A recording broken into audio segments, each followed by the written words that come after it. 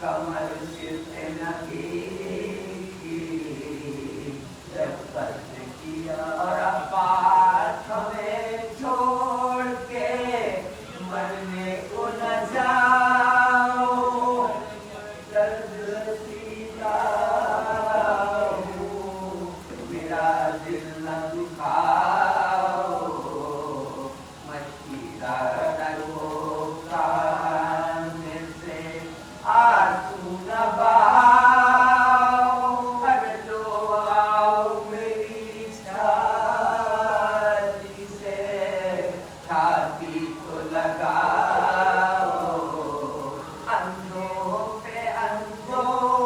ہے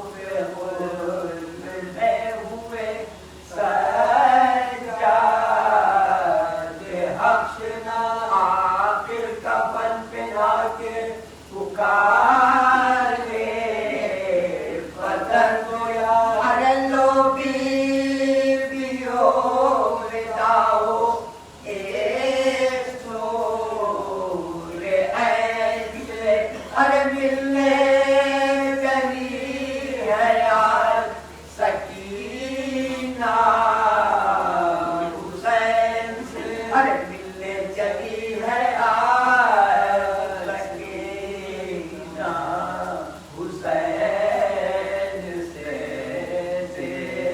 زندہ بجا۔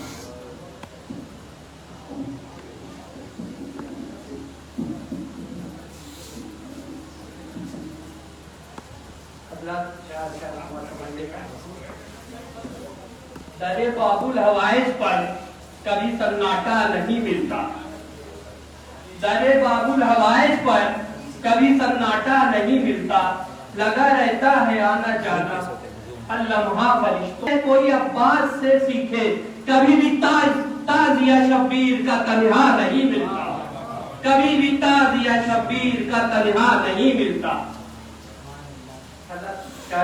امام زین العابدین علیہ السلام کے حوالے سے سماعت فرمائیے گا۔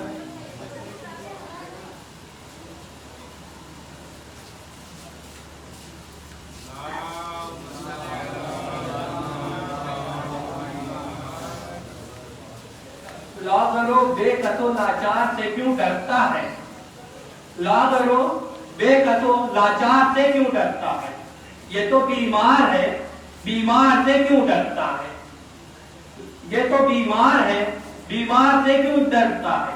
اپنے دربار میں سجاد سے بیعت لے عزیز، اپنے دربار میں سجاد سے بیعت لے عزیز، تو تو حاکم ہے گرفتار سے کیوں ڈرتا ہے، تو تو حاکم ہے گرفتار سے کیوں ڈرتا ہے۔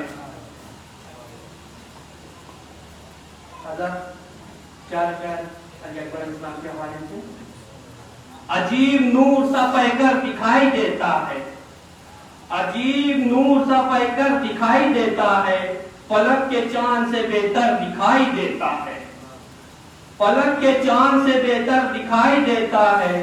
اور خوشا نصیب کہ لیلا تیرا علی اکبر حسین کو بھی پیغمبر دکھائی دیتا ہے، حسین کو بھی پیغمبر دکھائی دیتا ہے۔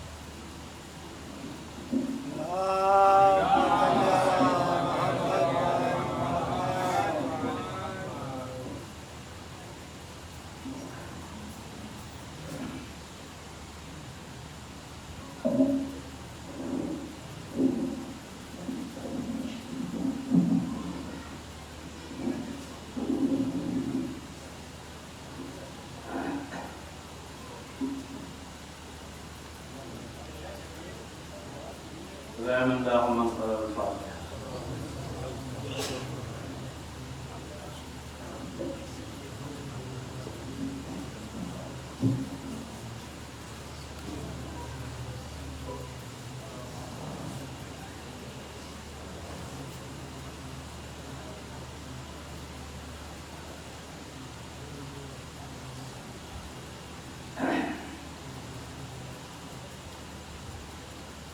اعوذ باللہ من الشیطان الرجیم، بسم اللہ الرحمن الرحیم۔ رب اشرح لی صدری ویسر لی امری واحلل عقدۃ من لسانی یفقهوا قولی۔ الحمدللہ رب العالمین، الصلاۃ والسلام علی سید الانبیاء والمرسلین، سیدنا و نبینا و شفیع ذنوبنا و مولانا ابی الوقار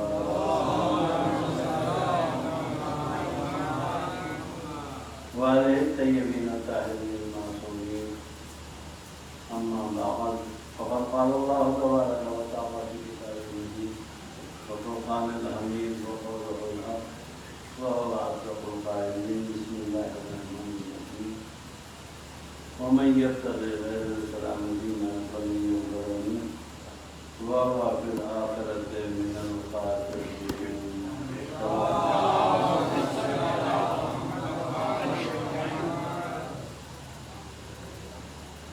آپ حضرات ایک مرتبہ سورہ حمد اور 3 مرتبہ سورہ اخلاص کی تلاوت کرتے سید محمد مرتضیٰ ابن سید محمد شافی مرحوم، ماریہ بی بی بنت محمد علی مرحومہ، سائرہ بی بی بنت محمد مرتضیٰ مرحومہ، شاکرہ بی بی بنت محمد مرتضیٰ مرحومہ، سید محمد مسعود ابن سید محمد مرتضیٰ، سید محمد منظور ابن سید محمد مرتضیٰ، سید محمد یونس ابن محمد یعقوب مرحوم، امتیاز فاطمہ بنت محمد ایوب مرحومہ، کنیز فاطمہ بنت محمد قاسم مرحومہ، ان تمام مرحومین اور مرحومات کے لیے کوئی بات ہے.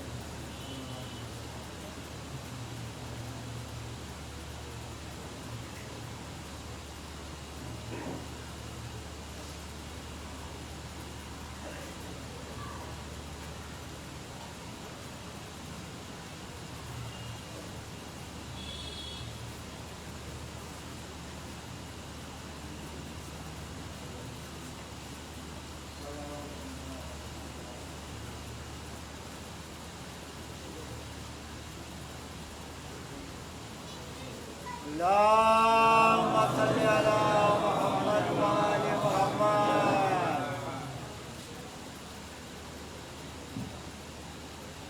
جو شخص بھی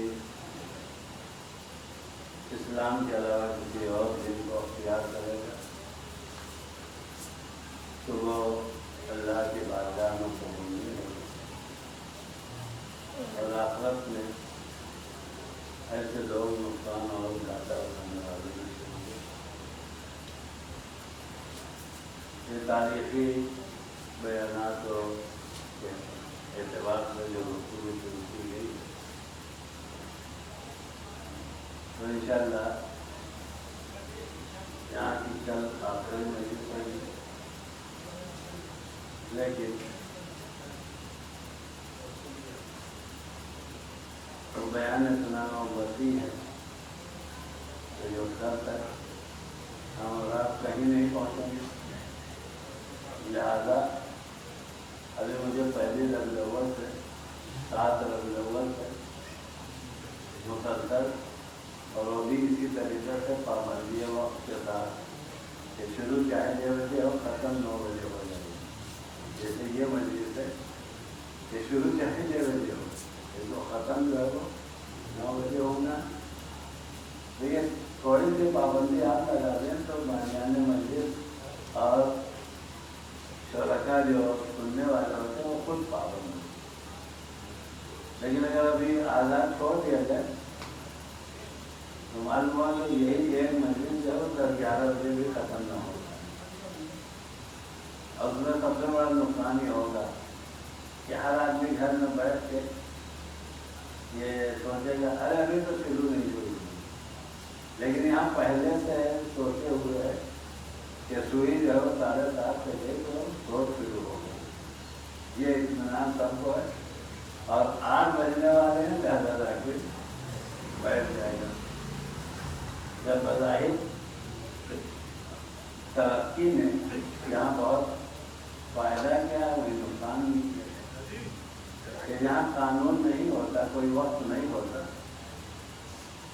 تو یہ جو نیٹ کے اوپر مجلسیں چل رہی ہیں